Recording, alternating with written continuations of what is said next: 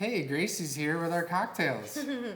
Thank you so much. You're so welcome. So here we have a Bloody Mary made with our Quicksilver Vodka. Awesome. As well as our house-made Bloody Mary mix and house-made hot sauce. Fantastic. Devil's Brew. Yeah. Thank you so much, Gracie. And over here, you're welcome. Over here we have our Ace and Gary, which is made with our aged Aquavit. It's a Scandinavian spirit, distilled similarly as gin. And it's flavored here with some caraway cranberry syrup. Awesome. Yeah. Enjoy, guys. Thank you so Yeah, much, of course. Gracie. Appreciate it. Gracie's some of the staff here at Montgomery Distillery, so if you come here, you'll get to meet her. Absolutely. So kind of Gracie to bring our cocktails back to us. Really sweet of her to do that.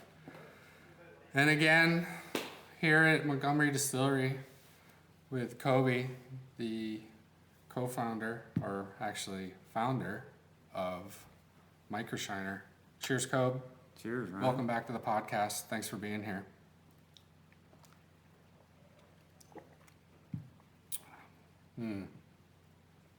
Yes. That's just a great way to start the day. I don't know how, you can't really go wrong with that. No, this here, very tasty. Probably feels like it might be more applicable, more appropriate as an after dinner drink or maybe pre-dinner. Okay, what prompted you to go with it? Just changing things up a little bit? Yeah, just kind of wanting to experience the menu and see some things. And then I like that Aquavit.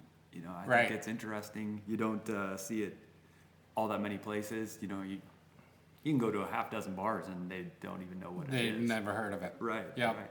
I had it last week, I think, with a Bloody Mary, and I just stayed in my comfort zone with a Bloody Mary. It's kind of rainy but sunny here in Missoula today, and just thought I'd stay within my comfort zone and stick with the old Bloody Mary. But I had it with the Aquavit a week ago or 2 weeks ago, and it was really, gave it a little bit of a distinctive flavor, but thumbs up. I'll definitely be doing it again. I want to circle back to our intro. What was that music we were listening to? So that was Danny Janklow, and he is an alto saxophonist out of LA. And I got turned on to him by a guy by the name of Matt Merowitz. Matt sends me music pretty routinely, largely independent jazz. And that album, that song, Bad Reception, that we were hearing there is just off of a brand new album that Danny, it's his debut. It's called Elevation. Pretty cool stuff. And, the West Coast jazz scene is largely centered around LA. To my understanding, I'm not an expert about it to any degree. But, Sure. But, you kind of got your West Coast and you've got your East Coast scenes and just about anything, whether you're talking rap or, movies or what have you. And so Danny's out West, and that's his new album, little jam off there. And a lot of folks think he's a real up-and-comer. I'm interested in him. One of the reasons why it kind of caught my interest when it was coming by there in the email was just how young he was, 27. Wow, really? A lot of the stuff that these guys send me are pretty established musicians. And so I was Right. excited about this because he's a younger guy, and it's kind of, where might this go rather than, here's kind of the established tradition. And so I thought we'd check it out a little bit and give it a little listen. And Cool. I think cocktails and jazz work together. Absolutely. It was a nice little intro, and albeit short, hopefully the listeners and viewers will explore Danny's tunes further, as I know we will. Absolutely, and you can get at those. We'll put them in the show notes, and then you can go check out his album. Perfect. Well, right on. So as I mentioned, we're back here at Montgomery Distillery for another edition of Life Distilled. Kobe, good to see you again. Thanks, Ryan. Always a pleasure. This is a lot of fun for me. It is for me as well. I really look forward to it every week. What are we getting into today? Well, we've been talking about having guests on here, and we're definitely going to get in some guests. I've been lining up a few things, and kind of as we were jamming on in the ride over here, we're definitely looking for guests and sponsors and folks to give us feedback on the podcast, tell us what we could be doing different, better, sharing. Do you know a small batch company? Send us an email, microshiner@gmail, info@microshiner.com, ryan@microshiner.com. Hit us up, let us know about these small batch companies. We would love to be in contact with them. We know about most of the distillers, but we know there's a lot of other small companies. I mean, you sent me a message on Instagram, shared an image from these folks up in BC, just this amazing image of these Very folks cool image. sitting around a campfire. They had a little alembic still, Yeah. and they're distilling essential oils out in the bush where they're foraging for the herbs and stuff, and then making the stuff right there at the campground at night. And it was just so cool. And people like that, we want to know about them. You know, send us an email, give us a holler, leave some comments. So we are going to have a whole bunch of guests. I think probably, two that I know that we kind of got lined up here in the next few weeks, hopefully, will be Craig McCullum. He does snow scurfers, they were called in my day. I don't know what they're calling them now, but they're snowboards with no bindings. Yeah. And you just go surf the deep pow in the backcountry, and Craig makes those by hand. And then he also makes longboards. And he was actually, we had him in the magazine Right. some time ago, but we thought it'd be fun to get him on here. And so he's going to come on. He said Cool. we had to wait till after Halloween because that's his girlfriend's favorite holiday. So. Sure. And then Carl out at Steel Toe Distillery in Potomac. Carl was kind enough to agree to be on, but he says we got to come to his place. So we're Okay. probably going to move the podcast in a box out to Steel Toe Distillery in Potomac here coming up. No problem. Give people a little different viewing pleasure, and I think it'll be great. But as you were mentioning, we're definitely looking for folks that are being introduced to this craft lifestyle. Please shoot us an email or what have you. We're open to ideas, and always seeking fresh content and sponsors and things of that nature, which I'm sure we'll talk about more. But we definitely want to keep it new and interesting for the folks that are listening, and the folks that are coming in, our new audience members. Yeah, speaking of new and interesting, if you've been watching the podcast, we got a new backdrop stage here. prop. Yeah, absolutely. So back here in Ryan's space, he and his friends get together and riff on motorcycles. And number 8 wire, Colin, is one of the key culprits in all of that. And so this is a little Yamaha 4-cylinder, probably 750 that they're messing around with. It's coming cool. together. I like the blue. I like the Too blue bad thing. the audience can't smell the, True enough. Yeah, some of you folks can see and hear us, and some folks might only be able to hear us. So there's a Yamaha motorcycle sitting here on a lift right beside us, but you certainly, not yet with the tech, can smell the smell of the oil and the gasoline and the alcohol yeah, and everything else that is sitting back here in the back room with us. all good mixtures. Totally. So getting back to it, I was saying, we're going to have some guests, but I wanted to spend a little more time on these first couple episodes, really trying to frame what it is that we're trying to do with the podcast and with MicroShiner and stuff, and just take a little time to talk about that. Please. Share with folks, kind of the framework and the basis for what we're trying to do, and really get into a bit of the philosophy of what we're after here, because we're not trying to do the same thing as everybody else. We're really on a bit of a mission, and there's a reason why we named the magazine MicroShiner, because it meant some certain things, and the reason we named the podcast Life Distilled, because it also imparts some things. So that's what it was, because it's about craft spirits, but really that's just the starting point. That's just the entry point for us to get into this bigger dialogue about a bunch of concepts that I'm thinking we're going to talk about here today. Cool. We mentioned the guests in the future, but speaking of handcraft spirits, I read that Tito's is now the top-selling vodka in the U.S. Not bad for a craft spirit, right? Well, yeah, but it certainly then bodes the question: what is a craft spirit, right? If you're the top selling, are you a craft spirit? And right on the bottle, and they had some lawsuits over this, and they've gotten to a legal point with it. Tito's, it says handcrafted. I'm curious to know how you're handcrafting that much vodka. Please continue. Yeah, well, it's just an interesting topic for me because of a number of reasons, and I'll tell a little story about that just to make some context. So I went to, I think it was the second annual Craft Distillers Association meeting down in Austin, Texas. I had a friend, I believe you met him. We sat down and had beers. Ryan Murphy. Sure. Ryan had moved from here. He was doing a little marketing for us here and moved down to Austin. And Ryan and I went out and we set up a table at the tasting the night before the craft spirits convention kicked off. And it was great tasting, a lot of great brands represented there in Texas from the Texas Distilled Spirits Association. We had our table set up with some magazines, and we're just kind of introducing ourselves to people. And I knew that Tito's was a big sponsor there, and that Tito was around. So I was asking people, who's Tito? Where's Tito? I want to meet Tito. Yeah, I wanted to meet Tito. Sure. And they're like, oh, he's there. So at one point, Tito was standing right next to me, and so I'm reasonably good in social settings of sparking up a conversation. I kind of started chatting him up a little bit. And real quick, he jumped into, without, knowing me from Adam, it's like, I don't know what I'm going to do here. And I was like, what do you mean? He says, well, I got to give a speech to these jerk-offs tomorrow. They're all trying to be like me, and I got to do a speech to these guys. I don't know what I'm going to say to them. And I said something equally kind of just dismissive and smart alecky or whatever. But then I thought about it and I said, wait a minute, no. You got something to tell these folks.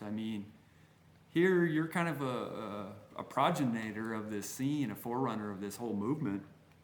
And tell them they can do it. Tell them they can make this happen. Well, then that next day, because I really was pretty dismissive myself about Tito's. I'm like, Tito really isn't handcrafted. Tito's not a craft spirit. Tito's a vodka brand that's trying to make something of itself. And, you don't have to read it here or take my opinion for it. I recommend people jump over. I don't know if you read this article, but Chuck Cowdery. I did. Put an article out just the other day that's really making the rounds in the spirits community. Because he kind of pointed out that, no, it's basically NGS that's ran through a still to give it some credibility. That's right. And that's a whole nother conversation. We'll definitely get into that conversation, but I won't ruin the story with that. So I was sitting at a table the next day with this guy at the convention, the Craft Spirits Convention, and a gentleman by the name of Trey who does a rum out of Louisiana. And I said, oh man, Tito, God, what a joke. And he says, no, if it wasn't for Tito's, we wouldn't even be here. Like this whole thing wouldn't even be happening. Right. Tito started this. Right. The idea of having that you could break into spirits and become a distillery. That's his whole deal. And so then I was a little bit like, okay, all right, maybe there's something more to this Tito's thing than I thought. And then we had dinner that night, and he was the keynote speaker. He got up there, and it kind of gives me a little chills just thinking about it, because he pretty much broke down and cried, describing his story and how difficult it was to break into that industry. And Really? the things that he had to do, and how he had 10 credit cards, and it's all kind of mythological at this point. So you got to sort through where the lines all are. Right. But you couldn't deny his emotion. The guy was literally like, hey man, this was hard work breaking into this, and I put everything on the line, and I earned what I got. Sure. But I do think that it still behooves the question, when you have a bottle out there that's the top selling bottle in the U.S., where that line about craft spirits and small batch is, and what is handcrafted, and do these things matter? I believe they do matter, and I read that article a couple times, and we're not here to step on people's toes or to diss Tito in any way. The guy has made a name for himself, and I think you just hit it on the head. We may not be here if it weren't for him. He started from nothing, but I think has leveraged himself into an amazing space, and it's not by sheer luck. It's by hard work, determination, those 10 credit cards. But now, if you're the largest vodka maker in the U.S., like the article said, and the author wrote, how do you consider yourself handcrafted? And I think people are going to have, and there really isn't a fine line. It either they are or they aren't. It's pretty simple, I think, you know. And where we are, this is handcrafted. Tito's started as handcrafted, and I think have evolved into a much larger and really profitable machine. And hats off to them. I still think they make a great product, but it is, in my humble opinion, not handcrafted.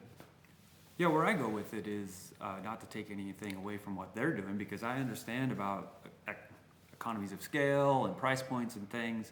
And like you said, they make a very passable product at a certain price point, and you get what you're getting. But it seems that if you're going to put yourself in that same place as some other people that are doing things differently, well, that's detracting from what they're doing.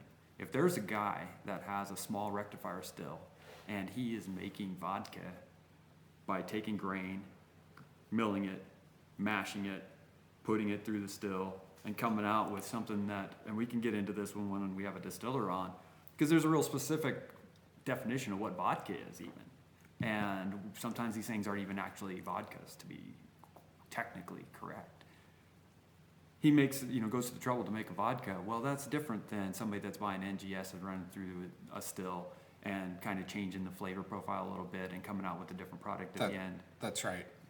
Those are two different things. And how do you start to decipher between those different value propositions? And that's where I kind of end up with is that there's two different value propositions, because I'm actually looking to accomplish something with my dollar specifically when I give it to somebody. I buy Patagonia clothes because they're one of the only places I can get organic cotton. Found this great new organic cotton brand for underwear, because I'm the kind of guy that likes to wear an undershirt, and I couldn't find any organic cotton undershirts for the longest time. Now there's this company called Pact, and there's a couple other ones. Cool. And we'll probably try to feature some of these folks on here. Found this cotton brand. It's called Pact. It's out of Boulder. Now I can buy organic cotton. It's the only thing I'm going to buy now. Same thing with Patagonia. It's the only thing I bought because it was the only place I could get organic cotton. Right. So I'm trying to do something with my dollar. And when I go to give my dollar to my Ryan Montgomery, it's because he's in my community. I've seen how he's doing things. And now I'm able to make a value proposition on that dollar and get what it was I was trying to buy, not just the product, but downstream and upstream of that as well, for that dollar. Yeah. And I think that when you confuse things like Templeton Rye did and some of these other folks who are sourcing whiskey from MGP and again, we're not making a value or a judgment about that. Right? Not at all. We're just saying let's be honest and truthful and upfront about that, and make it easy for the consumer to know what it is they're doing. Yeah, I totally agree. And I just want to reiterate, we're not here to step on anyone's toes. And with this subject matter, we may open doors for people's opinions, which is fine. Everyone's entitled to their opinion.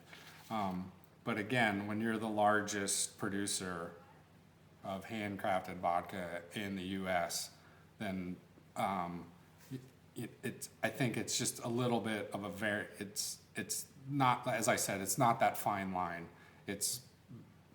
Tito has taken that to a whole new level, and thumbs up, fist bump to them. But it's on a different level than the folks that we're trying to introduce to our audience and other folks around the country that may be listening to this or watching us on YouTube. And I said it last week and the week before, and I will continue to say it. When I take my credit card out or money out of my wallet to hand to someone, I want to know where everything was sourced from. And I'm going to beat that drum, and folks may get tired of it, but I want to know where the grain came from, and I want to know the process. And if it was here in Montana or wherever it may be, California, Oregon, Washington State, I want to support the little guy, and I've always been about that. And I think that's kind of what we're supporting with the MicroShiner concept that you have come up with.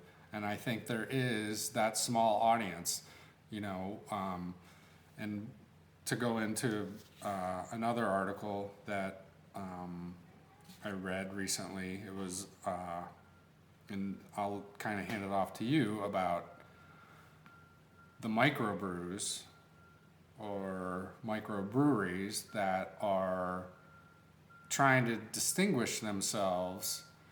But nowadays, you don't really know exactly what you're buying.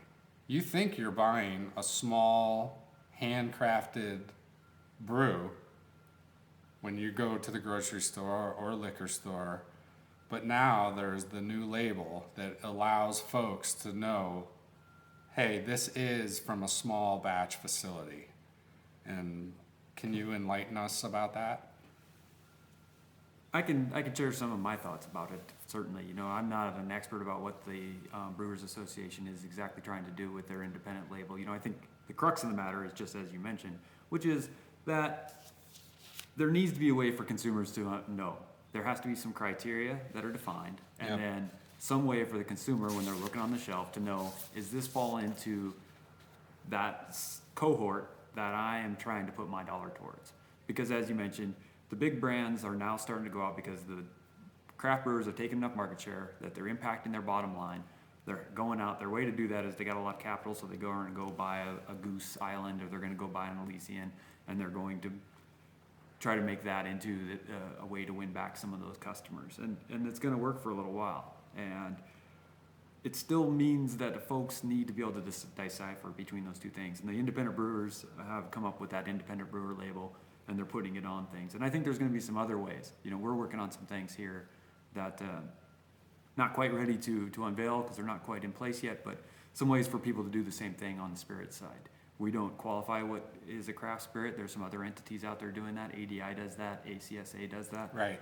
But we want to create some tools so that people can be at the liquor store and say, oh, wow, that says handcrafted on it, but it actually is just NGS.